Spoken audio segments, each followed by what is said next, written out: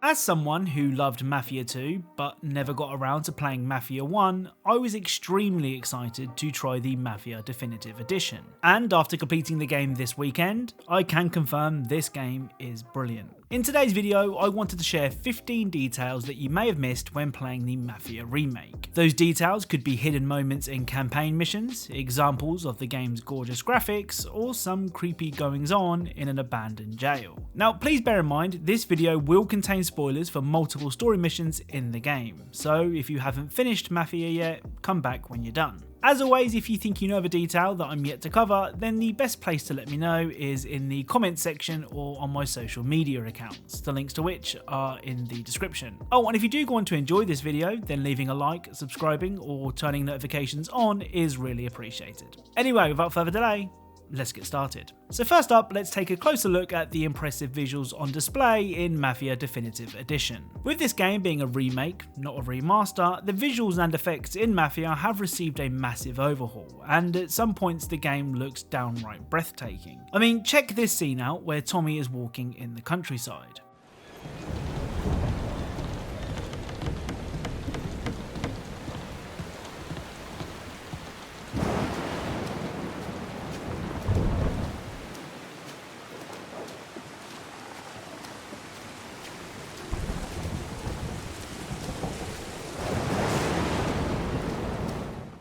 I really hope that YouTube's compression doesn't hurt this scene, because trust me, it looks amazing. Another small detail that caught my eye is what happens when you crack a car's headlight. So here is a normal working headlight, and here is a broken headlight. Notice the cracks in the light actually cast onto the pavement, which is a really nice touch. Speaking of nice touches, when you aim down sights, keep your eyes on Tommy's eye.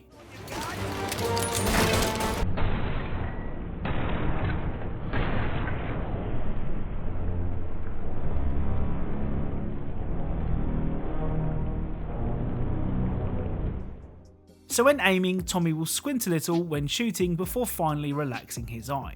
I mean, you rarely see Tommy's face when playing the game, especially in combat, so to include an animation like this is awesome.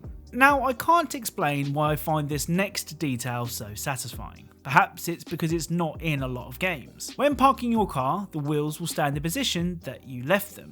Here, allow me to demonstrate.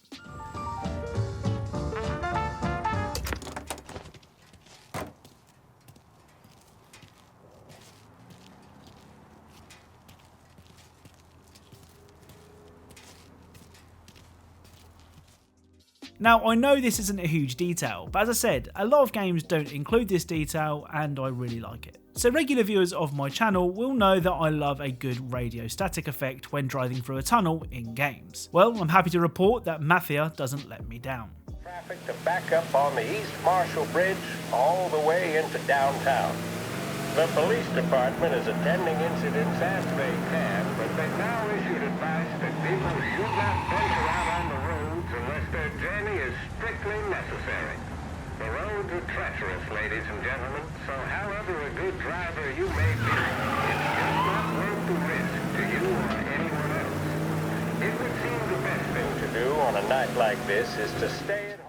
Okay, it's time to move on to some of the cool things you may have missed when playing the Eggcellent campaign. The first detail is actually something that I wish more games did. You know when you replay a mission and you know exactly what the enemy is going to do, and you wish you could do something before your encounter to slow him down in some way? Well, in the Mafia remake, that dream becomes a reality. During the ordinary routine mission, you head to a motel in the country to make a collection. Things soon turn south and Paulie is shot. It's up to you to head inside the motel to rescue Sam, who is being beaten for information. Before you do that though, you may want to destroy this yellow car. Don't worry, you'll find out why later. After rescuing Sam, you are tackled to the ground by a man trying to make off with the money. Well, guess which car he was going to use.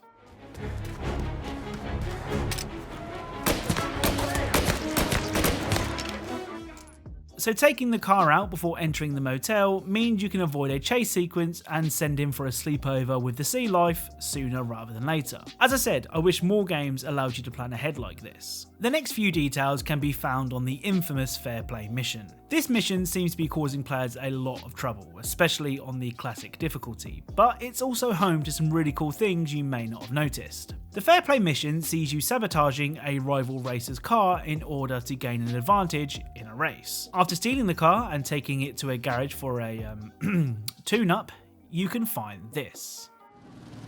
Don't do it!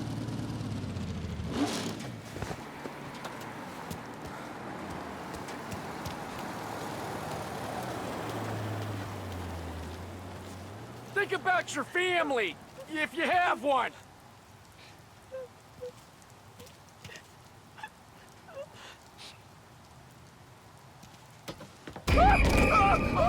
Sorry. Oh my God.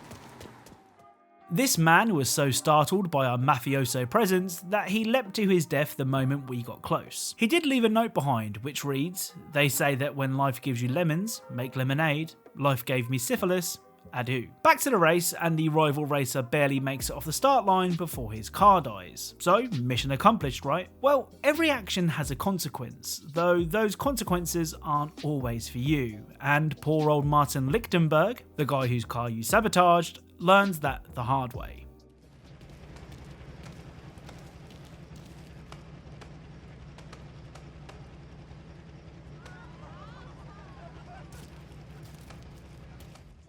So heading into this room, we can see poor old Martin taking a beating for losing the race. I hope you're all proud of yourselves. During the same mission, you're tasked with taking a drunk Paulie home. After a heart-to-heart, and if you've ever been sober around a drunk friend, you'll know all about those, Paulie will ask this.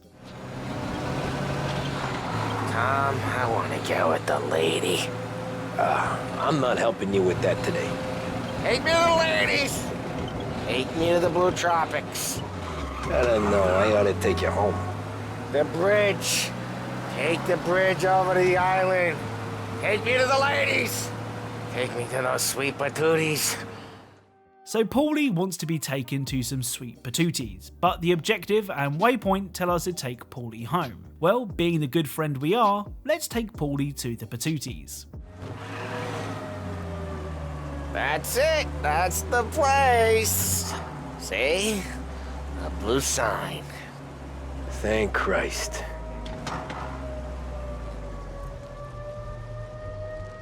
Girls, it's me, Paulie.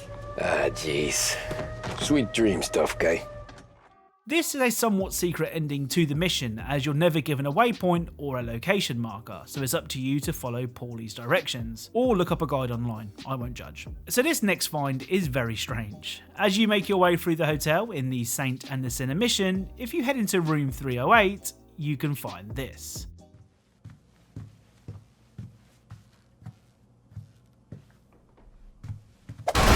It's not what it looks like.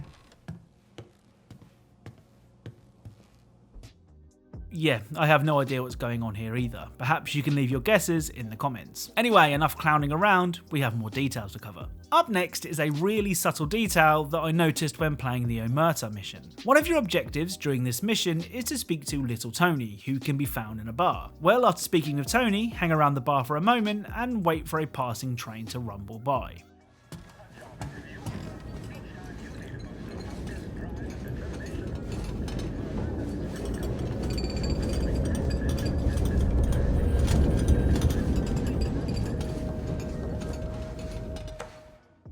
So the train causes glasses to rattle as it passes. Our next detail can be found in the Great Deal mission. As you enter the car park, Paulie will say this. I do a lot of deals here. Parking attendant don't ask for much dough. Always closes up shop till I'm done. So the parking attendant seems to be the go-to guy if you want a bit of privacy in a car park, which I'm sure we can all relate to.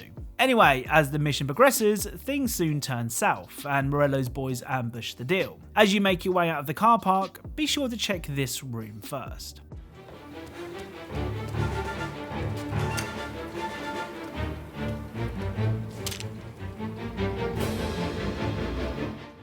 So, our helpful attendant was taken out by Morello's boys. I like this detail a lot because it would have been easy to not place a body here and imply that the attendant ran away. But leaving the attendant's body for you to find is a great way of showing the brutality of the mob. So the final detail is a bit of a creepy one. During the election campaign mission, you have to travel through an abandoned prison to reach a guard tower. The overall vibe of the prison is pretty creepy, and it doesn't help that the building has since become a home for the homeless who aren't too happy to see you snooping around. Well, after taking out your target, you can find this room.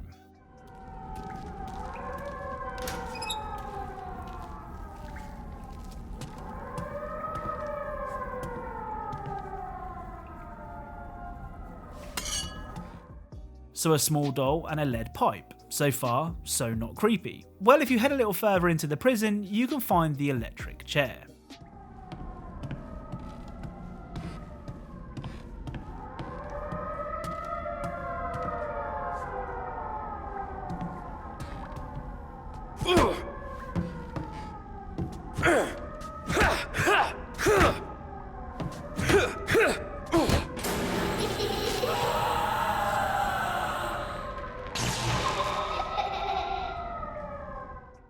So hitting the teddy bear, something which proved pretty tricky to do, will cause a creepy laugh to be heard. If you head back to the room with the doll will disappear.